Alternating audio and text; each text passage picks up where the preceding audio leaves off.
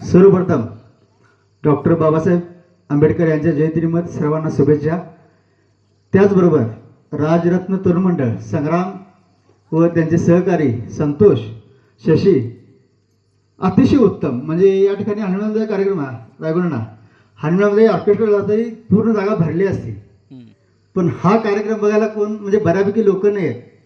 पण ज्या मुलांनी जी आपली नोंद केली आहे, रोज एकदा वाचा प्लीज, माझ्यासाठी रोज एकदा नोट वाचा. कारण सरांनी 7वी ते तुमच्या 15वी 16वीपर्यंत जे काय शिक्षण ते सगळ्या म्हणजे प्रत्येक वर्षी तुम्हाला काय शिकायचं आहे किंवा त्यातून तुम्हाला काय घडता येईल, प्रत्येक वर्षी 8वीला काय घडता येईल, 9वीला काय घडता येईल, 10वीला काय घडता येईल, 12वीला प्रत्येक वर्षाचं तुम्हाला नोट दिले. आणि अशी व्यक्ती रेडेकर सरांसारखी व्यक्ती ही आपल्याला मला वाटतं पहिल्यांदाच मी पण ऐकलं सरांना. आणि हा कार्यक्रम हनिमळामध्ये ह्या ग्रुपनं पहिल्यांदा घेतल्यामुळे त्या ग्रुपचं पहिल्यांदा सर्वात जोरदार टाळ्या वाजवून स्वागत करायचं आहे.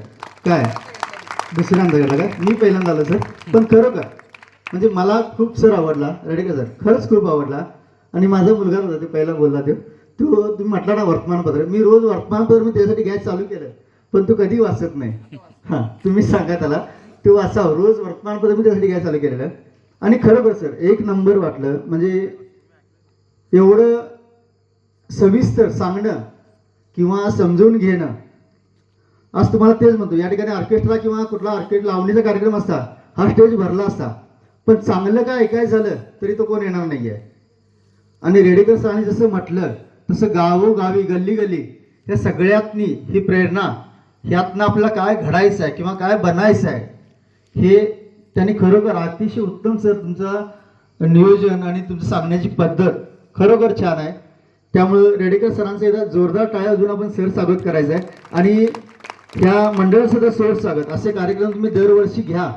आणि होता होईल तेवढे मुलांना इथं बसवण्याचा आम्ही प्रयत्न करू सर पुढच्या वर्षातून. म्हणजे त्यातून कळावं की आपल्याला काय करायचं आहे. स्पर्धा परीक्षेला जातेवेळी आपल्याला किती स्ट्रगल आहे किंवा त्यातून सोप्या पद्धतीनं सरांच्या संगतीत राहून त्यांनी आपला नंबर दिलेला आहे.